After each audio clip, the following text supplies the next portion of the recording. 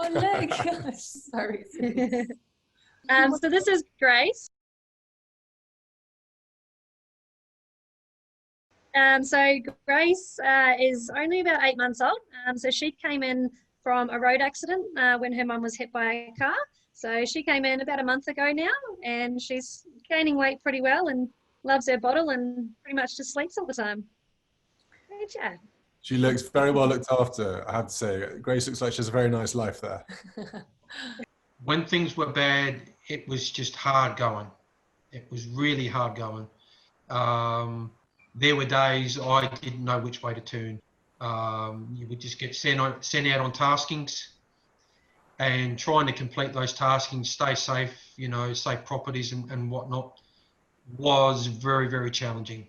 And Mike, was it the scale of it, or was it the weather conditions? Was it the intensity? What was the things that you found really, really difficult about it? The whole lot, the absolute whole lot. Look, if you talked in terms of weather, William, Kate, I've never seen weather like that. Now, I've been firefighting for 20 years. I've done a few dust ups, and to go and have something basically chase you quicker than you can get away from it. And that's what it was like some days. It must be terrifying, Mike. And how many of you were having to tackle this monster, and what were the resources like for you guys to manage all that? Once it all got scaled up, it was terrific. It was a great example of humankind coming to aid others that just could not take on the tasking that we had. And when you had time to breathe and sit back and have a look at it, it was pretty good, a pretty good feeling. Am I right in saying you're a volunteer, so therefore you're running a business, are you, at the same time as you're doing all this? I basically took about 4.5 weeks off work to go and just devote my time to being part of the effort that was needed. I was very lucky. My beautiful wife covered for me as far as getting back to customers and saying, look, Michael's a little bit busy today. Do you think he could come another time? Which had to happen on a number of occasions. You had a good pair of hands helping you out, Mike, which is important. Oh yeah, she's a good boss lady. As long as I behave, she helps me out. Quite right. Good team effort. Love it. Our initial range of jobs included provision of fresh drinking water for the township. They'd exhausted almost all of their reserves of fresh water just in fighting fires. So it was a pretty desperate situation where a community like Kingscote is literally trying to marshal its water resources. We were just one part of a big machine, though, I have to say. Quite a phenomenal national effort was underway to provide the resources that the community and the local and state resources needed to be to get at the task. Tremendous effort. I have to say, my heart went out to the local community members. It was such a trying time for them, but it was an absolute privilege to be able to help. Well, I think both Catherine and I would say to you and Mike and to your teams, what a fantastically brilliant job you guys did, and sounds like some of the most difficult circumstances. And I think you should be very proud of yourselves and how much effort went into this. And unfortunately, in the fires, we lost our home, all the infrastructure on the farm, so all the shearing sheds and workshops, majority of the fencing, all the plant and equipment, and unfortunately we also lost half the livestock on the farm as well. So my husband, it was a pretty horrific sight when I came back to the farm the next morning, but I left prior to the fire coming through earlier in the day with their children. Yeah, it was a pretty traumatic time looking back at it now. But we've had so much support from strangers, as well as so much from our family and friends in the community. So we're really thankful for the support we've had. It's helped us to get through. We're obviously in the rebuilding stage still on the farm property, and we haven't really thought too much about building another house yet. We sort of just want to get our business back and operational, and a shearing shed up so we can shear the sheep and all of those sorts of things. And how are your kids with it? as well. I mean, it's sort of really tough for you, you know, with the business and everything, but also trying to sort of manage sort of their worries and their fear as well. How are they doing now? I've been pleasantly surprised at how well they have been coping. I guess I feel like there's actually been quite a lot of children affected.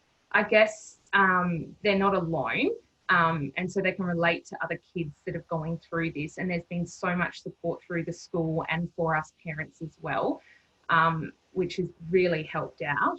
Very pleased to hear that your life's rebuilding, you know, after what must have been a very traumatic and very difficult, you know, few months of this year.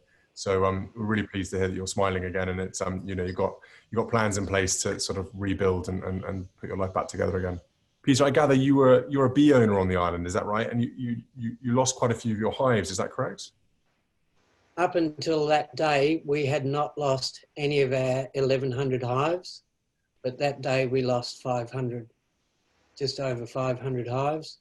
They were all full of honey because it had been Christmas, New Year, and we probably lost 20 odd ton of honey that one day. You know, my son lost all of his livestock, all of his vehicles, except one ute, and yeah, so it's been fairly tough. It's so sad to hear your story, and also so much loss as well. I mean, you know, physically you've lost so much, but emotionally as well, you know, to see your livelihood, your personal possessions, your business and everything being taken away from you in such a quick way as well. We've got to learn from what's happening in California. We've got to learn what we experienced last summer, and we've got to change, and we've got to manage better for things that we can do to reduce fuel loads and reduce the risk to the community. No, you're right. There's a lot we need to do globally as well to tackle this and to bring awareness to the problem. And also, I think, like you say, protecting communities is an essential part of this, isn't it? Because it's going to be rural communities predominantly who sadly take the brunt of a lot of these problems and these issues around the world. So it's very important, like you said, that we talk to and help protect communities. And my husband Sam and I own the wildlife park here, and when all the fires started, we had essentially all of the wildlife from the fires coming through. It was mostly koalas. We had over 600 koalas come through during the whole bushfire season, and there was probably about 100 kangaroos and wallabies, possums, echidnas, all sorts of different things. But yeah, out of those kind of 600 koalas, we've now had about 250 go back to the wild, which is pretty incredible. What sort of damage was done, Donna, for the wildlife population? Was it predominantly, like you say, koalas? Did they take a big impact from the fire?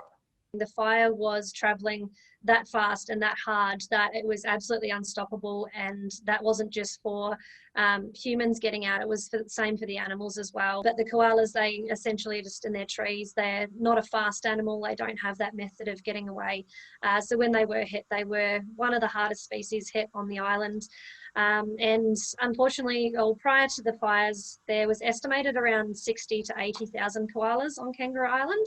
And since the fires now, they're doing surveys at the moment, but they're estimating the numbers only to be around 5 to 10,000. What? More than half the population. That's devastating. Yeah. How's the country park been affected, you know, yourselves with the business and caring for the animals and having tourists and stuff? Has that taken a big hit as well? We were shut for probably about 2 weeks all up because there was that many animals coming in. And then obviously we were hit with COVID as well. So like Peter, we were shut for around 8 weeks all up for COVID as well before we reopened to tourists again.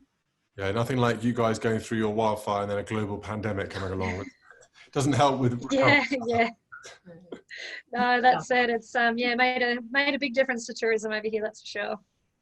Thank you so much for your time and for giving us an update and filling us in with the stories and what's been happening. We really appreciate your time, and just fantastic to hear the community spirit once again down in Australia, as always, which is what Catherine and I see when we come down there. You always feel the community spirit, and Aussies are very good at looking after each other, and it's fantastic to see you're all, you know, pulling together. And I'm really glad, you know, both Catherine and I are glad to hear that support is there for you all as well. And as the Brigadier touched on, you know, the mental health implications as well as the financial implications and all this on everyone is going to take its toll for a while. So I do hope all of you feel that you've got that support, you've got someone you can speak to, you've got somewhere you can go and receive support, whether it's financial or whether it's just having a chat.